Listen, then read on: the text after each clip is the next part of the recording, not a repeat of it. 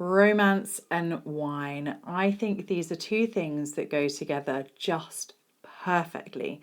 Now, I'm not mentioning the word Valentine's Day, which obviously I did just mention, because I think wine should be in part of every romantic scene throughout the year.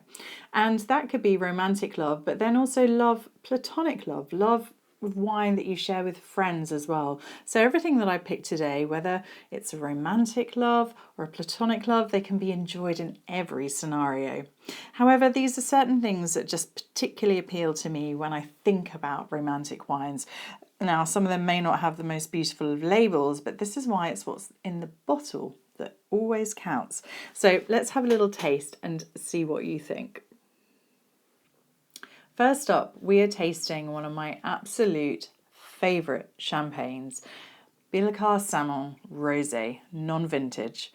Now, this is an absolute treat of a wine, but I genuinely believe that this is one of the best rosé champagnes available. So if you're wanting to spoil a loved one, or indeed have a very special moment with a dear friend, then sharing this would be absolutely magical.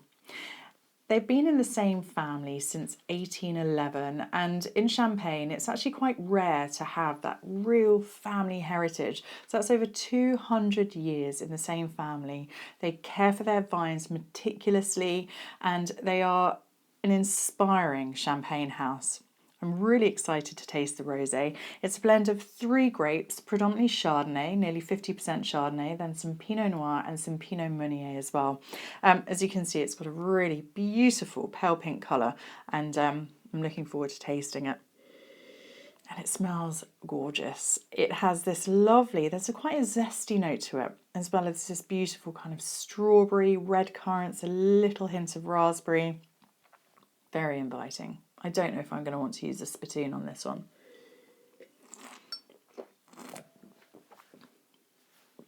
No, I didn't. It's delicious. Just slips down so beautifully. Those gorgeous, gorgeous coating bubbles, very delicate. And that lovely citrus note comes through. And then there's this beautiful kind of wild strawberry pastry creaminess to it as well. Very elegant, very poised. Such a decadent wine, but it doesn't feel over the top or cloying in any way. It's just this kind of lifted, very bright.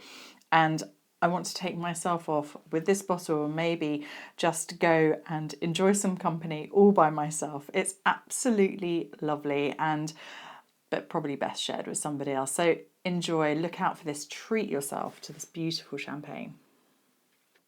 I'm now in South Africa for my next wine in what is one of the most beautiful parts of the world. Now, if you ever get the pleasure to visit Stellenbosch and the surrounding areas, it's truly a magical and memorable place, and you can understand why many people actually go there on their honeymoons.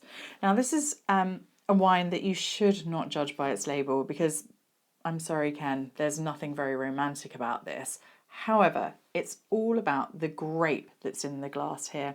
Chenin Blanc for me is a very evocative wine. It can do wondrous things. It can be this beautiful, dry, elegant style, and it also can transition to being very sweet and unctuous, beautiful dessert wine. So it has this kind of gamut of ranges and styles in between. And it tends to have these lovely honeyed, creamy notes to it. I think for a white wine, it's just a very elegant grape, and is a wine that works so well with a multitude of foods. Now, this is made by Ken Forrester. He is known as the king of Chenin in South Africa, and really pioneered this variety that's spiritual home is in the Loire Valley, as he felt it would do brilliantly in South Africa. He's an amazing winemaker, and I think actually so much about sort of one of the reasons I actually picked this wine is the ethos that Ken has. He really believes in the quality of the vineyard, so he doesn't use any herbicides or pesticides. And when it comes to the winemaking and the people that he employs, he really wants to make sure that he has a really good relationship with everybody in his community, believing that if a community looks after their own, then nobody will be wanting or will be in any need. And for me, that is a truly loving approach to the world that you live in, both at a very local level, but at a global level too.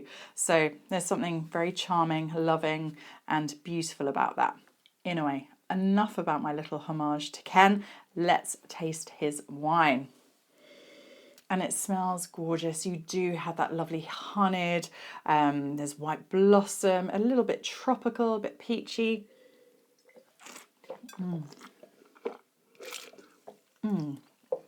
Yeah, peachy, lovely, soft, gorgeous kind of melon notes to it as well. Great acidity, honeyed, soft touch. As again, I said, really not the most exciting label, but a very enveloping and very enjoyable wine with a good acidity, and definitely one to look out for. And that's also why you should never judge a wine by its label.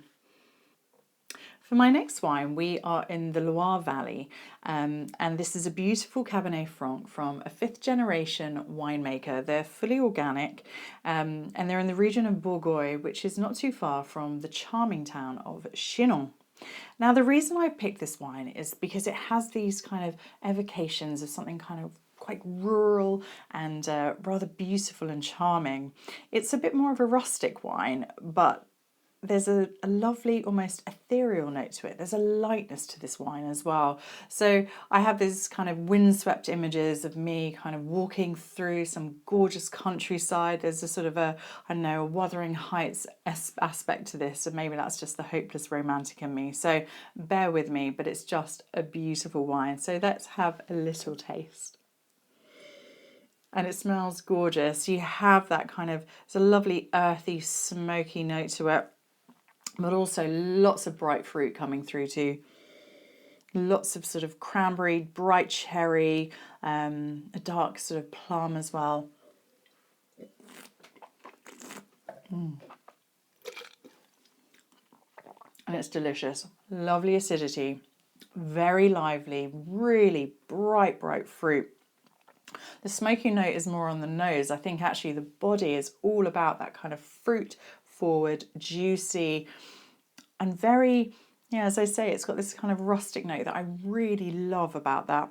So yes, if I had been out for a bracing walk, wrapped up with my loved one, and I came home and had a glass of that with a delicious dinner that had been prepared for me, I'd be very happy indeed.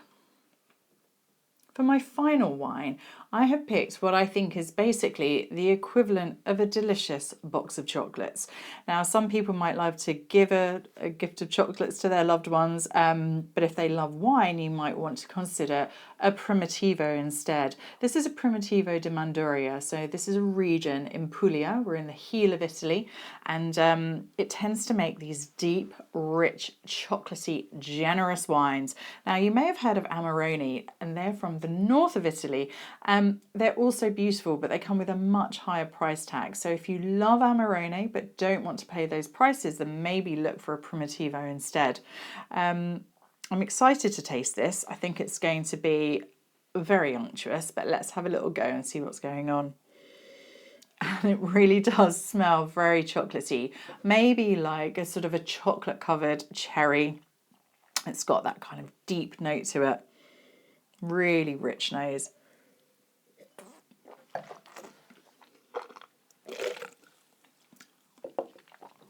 Yeah, full-bodied, very enveloping, very warming, generous, gooey chocolate, fudgy almost.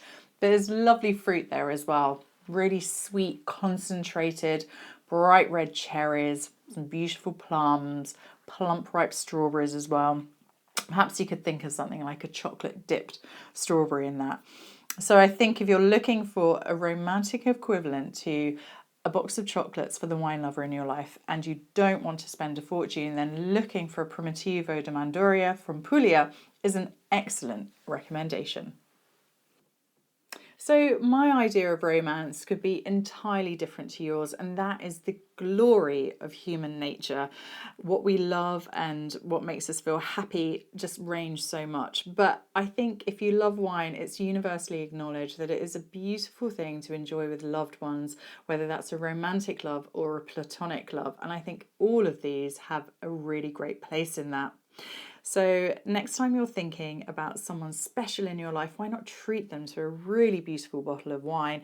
And I think you will elevate any moment with a gorgeous glass, because wine is made to be shared with the people that mean the most to you.